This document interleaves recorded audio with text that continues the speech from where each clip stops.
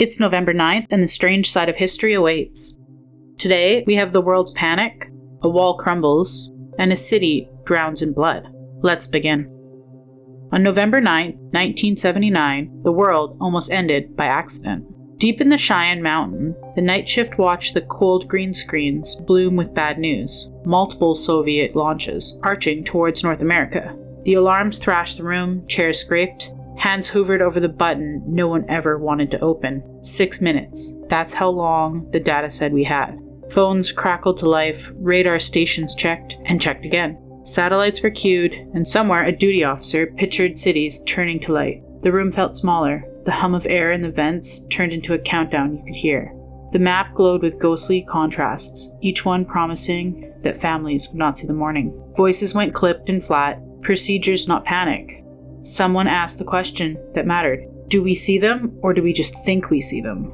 And then silence where the end should have been. The tracks froze, the numbers stopped multiplying, and the retrack and cost check, false alarm. 6 minutes of almost erased by a single word. No missiles, no fire, just a glitch. One stray echo in the vast machine, nearly nudging history off a cliff.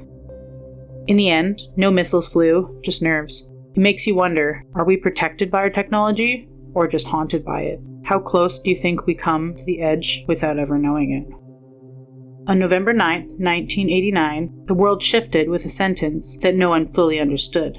In a dimly lit press room in East Berlin, a government spokesman shuffled papers and almost offhandedly said to the citizens that they could cross the border immediately. The word hung in the air like static, unsure, fragile, and dangerous.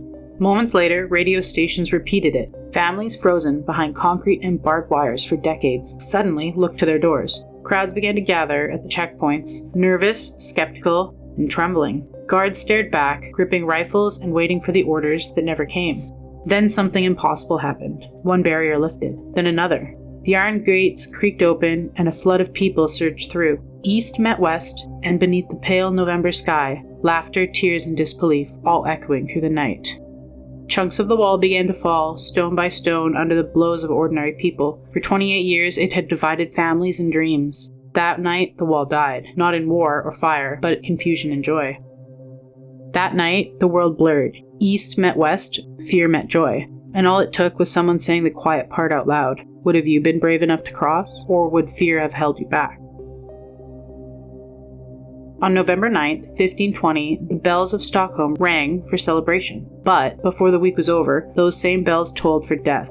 King Christian II of Denmark had come to Sweden under a banner of peace. The coronation feast glittered with torches, music, and wine. Nobles laughed, toasts were made, and the air was thick with promise and unity after years of war. Yet beneath the skills and the ceremony, something cold was stirring. Days later, the gates of Stockholm slammed shut, guards lined the street, one by one guests of honor were dragged into the square, bishops, councilmen, lords, in their festival robes, now drenched with the November rain. Accused of treason against the crown, their pleas were swallowed by the roar of the crowd and the scraping of steel. Over 80 men were executed in the single purge, their bodies left in the mud, their families forced to watch as blood ran through the cobblestone streets towards the harbor.